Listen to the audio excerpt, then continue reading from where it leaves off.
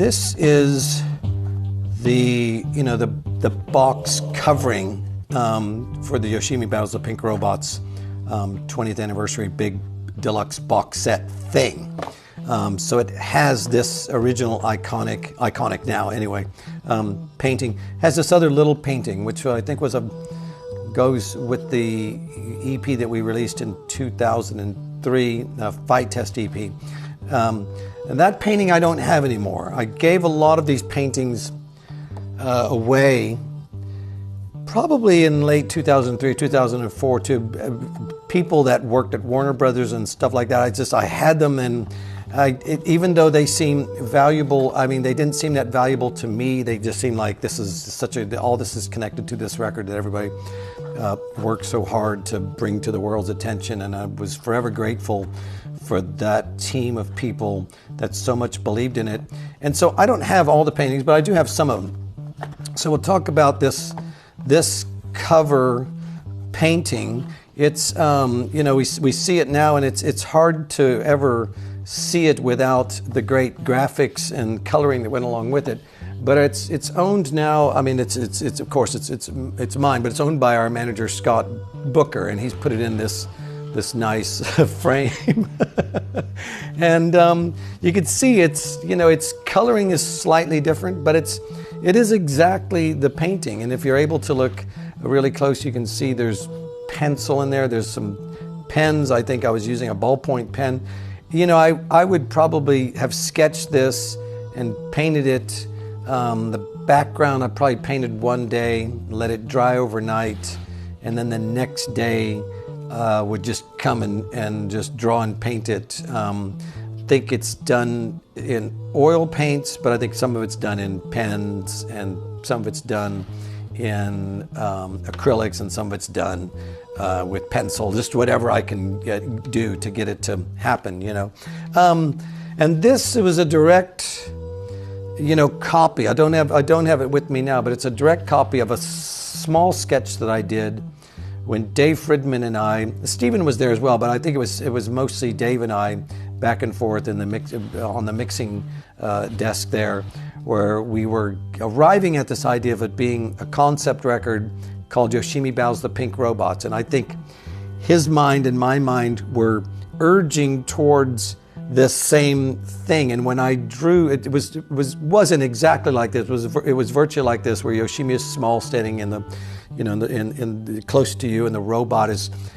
We never really could figure out exactly what the robot is. Is he kind of like, is he soft and metal at the same time? I didn't want him to be just a typical, 1950s clunky robot. So there's a book by the artist Nikki Saint-Afal, and I was painting and seeing it, and you can see where the big legs are very similar, and the stuff around the head is similar, and the arms with her thing, maybe they're more like wings or whatever, but I used some of that as just inspiration to be like, well, it kind of has its own shapelessness, which really helped me, and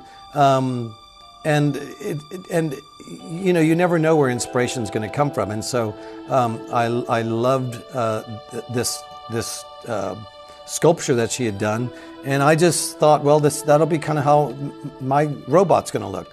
So yeah, it was like I said, it was all done within a couple of hours, and I would have easily changed it if it didn't seem like anybody liked it or whatever. It was something I really liked, and I just went for it. But yeah, so yeah, you can see how it's, there's a lot of similarities there. So yeah, anyway, it was sitting over there, and it didn't have any reason for it to be anything. We knew it was going to be pink. We knew it was going to be a robot, and we knew it was going to be, slightly, we wanted it to feel like a Flaming Lips robot or whatever.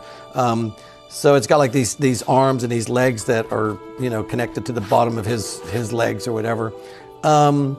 Maybe this is blood on the wall, and she's got these floaty little blue orbs that go around her mind, and all this is just all happening within just a couple of hours. And because we needed the cover image. I think there's something great about, you got to have it. You can't sit around for weeks on end and contemplate and think, oh, what could it be? What could it be? So we kind of knew what it was going to be, and I was hoping for this type of coloring.